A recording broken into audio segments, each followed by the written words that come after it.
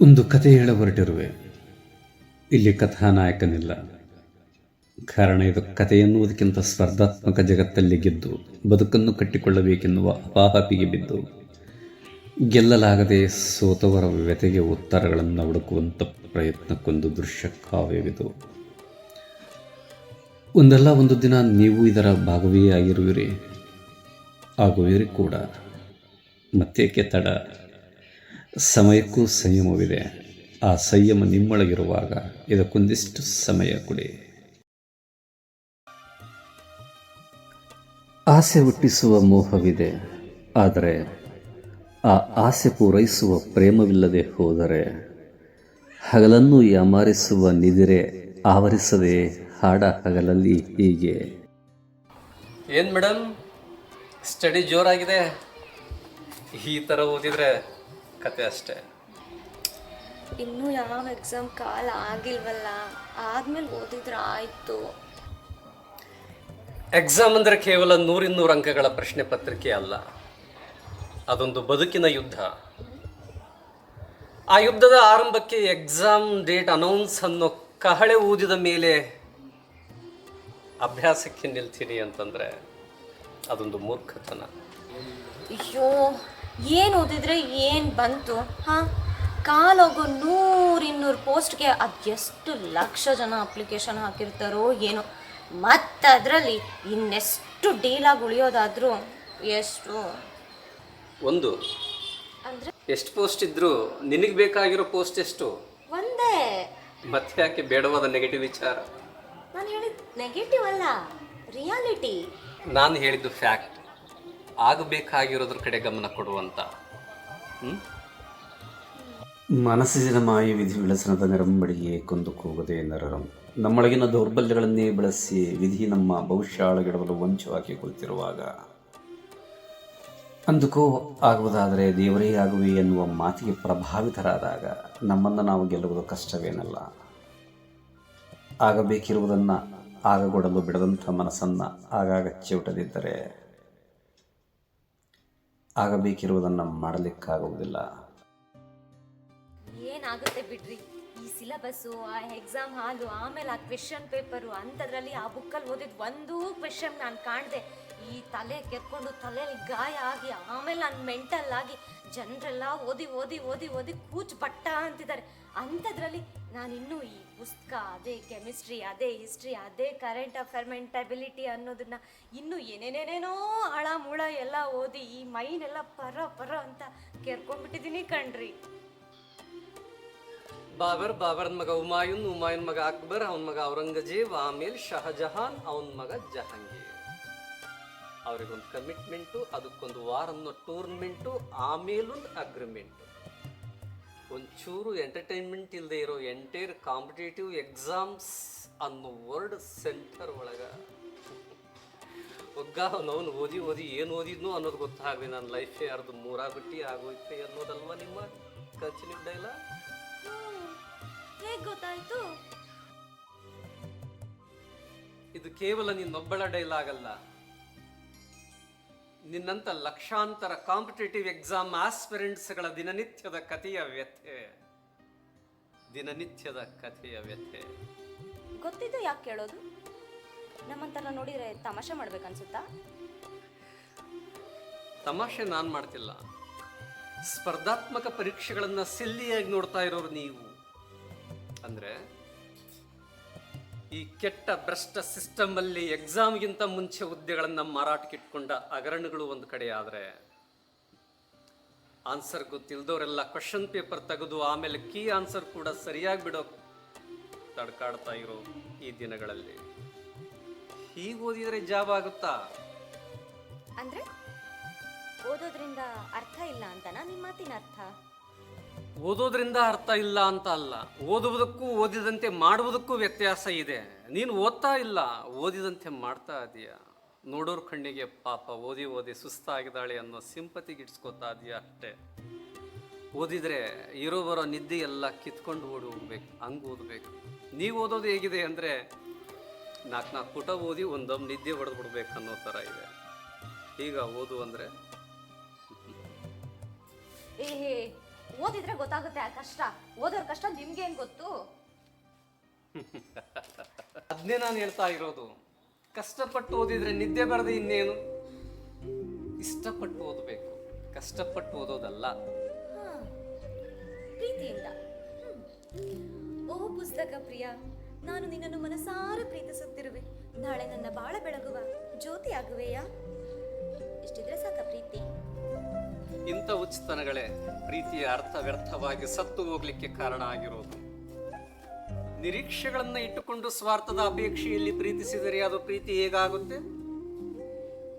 ಸಿಗುತ್ತೆ, ಸಿಗಬೇಕು ಅಂತ ಪ್ರೀತಿಸೋದಲ್ಲ. ಯಾವ ನಿರೀಕ್ಷೆಗಳ ಭಾರ ಇಲ್ಲದೆ ಪ್ರೀತಿಸು. ಪ್ರೀತಿಸುವ ಪ್ರೀತಿಯನ್ನ ನೀನು ಎಷ್ಟು ಅರ್ಥ ಮಾಡ್ಕೊಂಡಿದೀಯಾ ಅನ್ನೋದು ಮುಖ್ಯ ಆಗುತ್ತೆ. ಅದರ ಇಷ್ಟ ಕಷ್ಟಗಳನ್ನರಿತು ಆ ಪ್ರೀತಿಯೊಂದಿಗೆ ವ್ಯವಹರಿಸಬೇಕಾಗುತ್ತೆ. ಒಂದೊಂದು ವಿಷಯಕ್ಕೂ ಅದರದ್ದೇ ಆದಂತಹ ಸಂದರ್ಭಕ್ಕನುಗುಣವಾದಂತಹ ಹಲವು ಆಯಾಮಗಳಿರುತ್ತೆ. ಆ ಸೂಕ್ಷ್ಮಗಳನ್ನ ಅರಿತು ನಡೆದುಕೊಳ್ಬೇಕು. ಅದು ಪ್ರೀತಿ ಅಂದರೆ. ಅದು ಹೇಗೆ ಪ್ರೀತಿಯಿಂದ ಪ್ರೀತಿಸೋದು?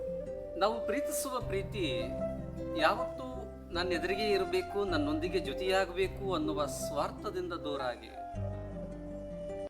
ನಾವಿದ್ದಲ್ಲೇ ಪ್ರೇಮದ ಹೂ ಅರಳಿಸುವ ಎದೆಯ ಹದವಿರಬೇಕು ನಮಗೆ. ಪ್ರೇಮದ ಹೂ ಅರಳಿಸುವ ಎದೆಯ ಹದವಿರಬೇಕು ನಮಗೆ. ಅದು ನಾವಿದ್ದಲ್ಲೇ. ಅದು ಹೇಗೆ? ಎದ್ದೇಳು.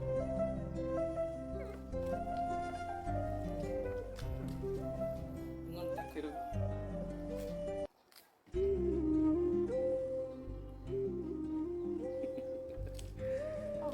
ಈ ಹೂವನ್ನು ನೋಡ್ತಿದ್ದಾಗೆ ಈ ವಿಷಯದ ವಿವರಗಳೆಲ್ಲ ನಿನ್ನ ಒಳಗನ್ನ ಪ್ರವೇಶ ಮಾಡಿಬಿಡಬೇಕು.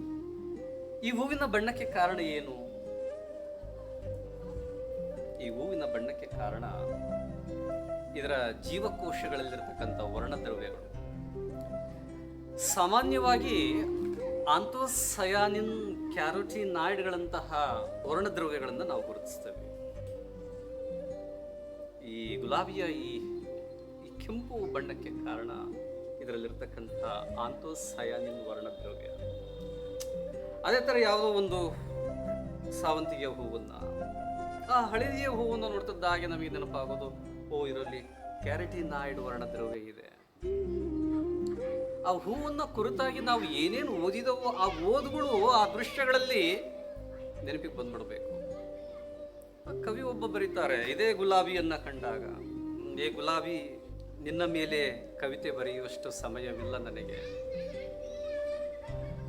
ಕಾರಣ ಆ ಕವಿಯ ಹೃದಯ ನಿರೀಕ್ಷೆ ಇದೆಯಲ್ಲ, ಅಪೇಕ್ಷೆ ಇದೆಯಲ್ಲ, ಆ ಹೂವನ್ನ ಬೆಳೆಸಿದ ಆ ಮಾಲಿಯ ಕೈಗೆ ನೆಟ್ಟ ಮುಳ್ಳುಗಳನ್ನ ತೆಗೆಯುವುದರ ಕಡೆಗೆ ಗಮನ. ಹೀಗೆ ಯಾವುದೇ ಒಂದು ಓದು ಮುಗಿದ ಅಧ್ಯಯನಗಳನ್ನ ಪುನಃ ಪುನಃ ಎಕ್ಕಿ ಕೊಡುವಂತಿರಬೇಕು. ಅದು ಪುನರೂಪಿಯ ಜನನವಾಗಿ ಆ ನೆನಪುಗಳ ಮೆರವಣಿಗೆಯಲ್ಲಿ ಮುಳುಗುವಂಥ ಭಾವೋನ್ಮಾದದ ಹಿತವಾದ ಮುದವಾದ ಕಾಡುವಿಕೆ ಯಾವತ್ತೂ ನಮ್ಮೊಳಗಿರಬೇಕು. ಅದು ಓದು, ಶ್ರವಣ, ಮನನ, ನಿಧಿಧ್ಯಾಸಗಳಂತಹ ನೆಲಗಟ್ಟಿನಲ್ಲಿ ಮೂಡಬಹುದಾದಂತಹ ಓದು ಇದೆಯಲ್ಲ, ಕಾಡುವಿಕೆಯ ಭಾವವನ್ನು ಕಂಡುಕೊಳ್ಳೋದಿದೆಯಲ್ಲ, ಅದು ಪ್ರೇಮ. ನಿಜವಾದ ಪ್ರೇಮದ ಓದು. ಆ ಓದು ನಮ್ಮ ಒಳಗಡೆ ಮೂಡಿಬರಬೇಕು. ಎಕ್ಸಾಮ್ ಒಂದು ಗುರಿ, ಒಂದು ದಾರಿ ನಿಜ. ಆದರೆ ಹೋಗುವ ಆ ದಾರಿಯಲ್ಲಿ ಆ ಸಾಧನೆಯ ಶ್ರಮವನ್ನ ಸಂಭ್ರಮಿಸೋದಿದೆಯಲ್ಲ, ಆ ಓದು ಪ್ರೇಮ ಆಗುತ್ತೆ. ಫಲಿತಾಂಶಗಳು ಆನಂತರ, ಪ್ರಯತ್ನಗಳನ್ನ ಸಂಭ್ರಮಿಸುವಂತಹ ಓದು ನಿಜವಾದ ಓದು. ಅದು ಪ್ರೀತಿ. ಸಾಧ್ಯ? ಒಂದಿಷ್ಟು ಎಕ್ಸಾಂಪಲ್ ಹೇಳಿ ನೋಡೋಣ. ಇನ್ನೊಂದು ಎಕ್ಸಾಮ್. ಏನಾಯ್ತು? Wow, super. ಇನ್ನೊಂದು ಎಕ್ಸಾಂಪಲ್ ಕೇಳಿದಲ್ಲ? ಸೂಪರ್. ಎಸ್, ಸೂಪರ್ ಎಕ್ಸಾಂಪಲ್ ಸಿಕ್ಕಿದೆ ಈಗ ನಿನಗೆ. ನಿನ್ನ ಓದು ನಿನ್ನ ಎಕ್ಸ್ಪೀರಿಯನ್ಸ್ ನಲ್ಲೇ ಇದೆ.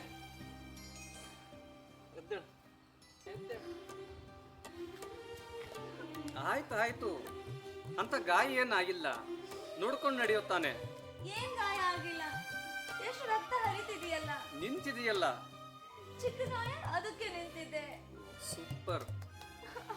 ಇನ್ನು ಎಷ್ಟು ಓದಿ ಕಡ್ದು ಗುಡ್ಡೆ ಹಾಕಿದೀಯ ಅನ್ನೋದು ಇದರಲ್ಲೇ ಗೊತ್ತಾಗುತ್ತೆ. ಇದಾ ನಿನ್ನ ಓದು.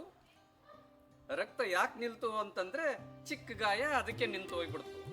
ರಕ್ತ ಯಾಕೆ ನಿಲ್ಲುತ್ತೆ ಅನ್ನೋದಕ್ಕೆ ರೀಸನ್ ಗೊತ್ತಿಲ್ಲದೆ ಇರುವಷ್ಟು ಅದೆಷ್ಟರ ಮಟ್ಟಿಗೆ ಓದಿರ್ಬೋದು ನೀವು. ಚಿಕ್ಕ ಗಾಯ ಅಂತ ನಿಲ್ಲಿಲ್ವಾ ರಕ್ತ, ಮತ್ತಿನ್ನೇನಕ್ಕೆ ನಿಲ್ತು? ಸೂಪರ್. ಹೇಳ್ತೇನೆ ಕೇಳು. ದೇಹದಲ್ಲಿ ಇರೋ ಒಂದು ಸಹಜವಾದಂಥ ರಕ್ಷಣಾ ಕಾರ್ಯವಿಧಾನ ಅದು. ಚಿಕ್ಕ ಗಾಯ ಆಗಿದೆ ಅನ್ನೋ ಕಾರಣಕ್ಕೆ ಹರಿಯೋ ರಕ್ತ ನಿಲ್ಲಲ್ಲ. ರಕ್ತದಲ್ಲಿರೋ ಪ್ಲೇಟ್ಲೆಟ್ಸ್ಗಳಿದಾವಲ್ಲ, ಅವು ಗಾಯವಾದ ತಕ್ಷಣ ಗುಂಪುಗೂಡೋದ್ರಿಂದ ರಕ್ತಸ್ರಾವ ನಿಲ್ಲುತ್ತೆ, ಎಪ್ಪುಗಟ್ಟಿಬಿಡುತ್ತೆ. ಅಂದರೆ ಅಲ್ಲಿ ಎಪ್ಪುಗಟ್ಟಲಿಕ್ಕೆ ಫ್ರೈವಿನೋಜನ್ ಅನ್ನುವಂಥ ಪ್ರೋಟೀನ್ ಕೆಲಸ ಮಾಡುತ್ತೆ. ಹಾಗಾಗಿ ರಕ್ತಸ್ರಾವ ನಿಲ್ಲುವಂಥದ್ದು.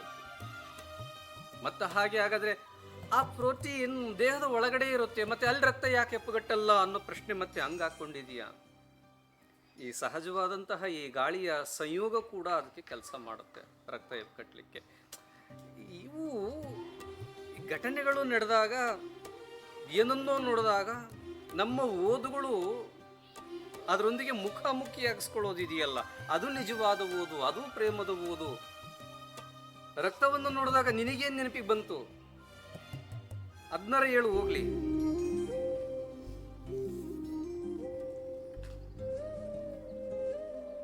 ಅವನನ್ನು ಕೊನೆಯದಾಗ ನಾನು ಬೇಡ ಅಂದಾಗ, ನೀನಿಲ್ಲದೆ ನಾನಿರಲ್ಲ ಅಂತ ರಕ್ತ ಬರೋ ಥರ ಅವನು ಕೈ ಕೊಯ್ಕೊಂಡಿದ್ದ ಕ್ಷಣ ನೆನಪಾಗುತ್ತೆ. ಅಗ್ಗು, ಅಲ್ಲಿಗೆ ನಾವು ಹಿಡಿದಿರೋ ಗುರಿಯ ಸಾಧನೆಯನ್ನ ತಲುಪಬೇಕಾಗಿರ್ತಕ್ಕಂಥ ವಿಚಾರಗಳ ಕಡೆಗೆ ಗಮನ ಹರಿಸು ಅಂತಂದ್ರೆ, ಅಂಥ ಆಲೋಚನೆಗಳನ್ನೇ ಕೊಲ್ಲುವ ವಿಷಯಗಳು ನೆನಪಾಗುತ್ತೆ ನಿನಗೆ. ನಿಜ. ಆದರೆ ನಾನು ನನ್ನ ಪ್ರೀತಿಸೋ ಹುಡುಗನ ಕಳ್ಕೊಂಡೆ. ಆ ಪ್ರೀತಿನ ಕಳ್ಕೊಂಡು ನೋವಲ್ಲಿ ನೀವು ಹೇಳ್ತಾ ಇರೋ ಪುಸ್ತಕದ ಪ್ರೀತಿ ಒಳಗೆ ಹೋಗ್ಲಿಕ್ಕೆ ನನಗೆ ಆಗ್ತಾ ಇಲ್ಲ.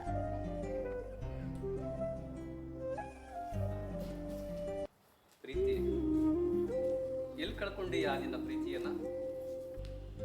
ಇಲ್ಲೇ ಇಲ್ಲೇ ಇದೇ ಜಾಗದಲ್ಲೇ. ಅದರ ಅರ್ಥ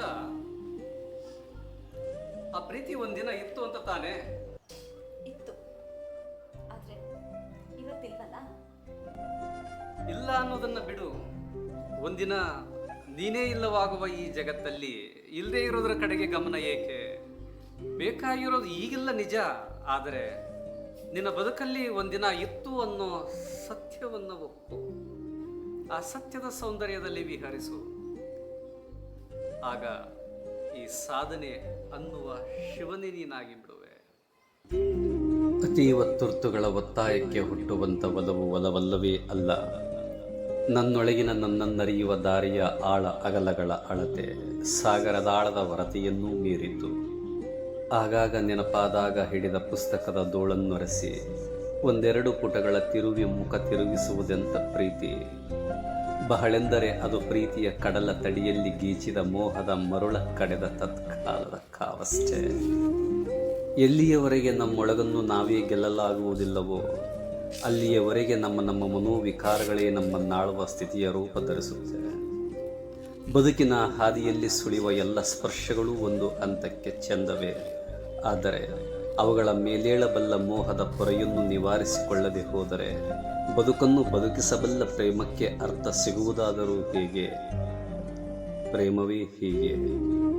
ಧನ್ಯವಾದಗಳು.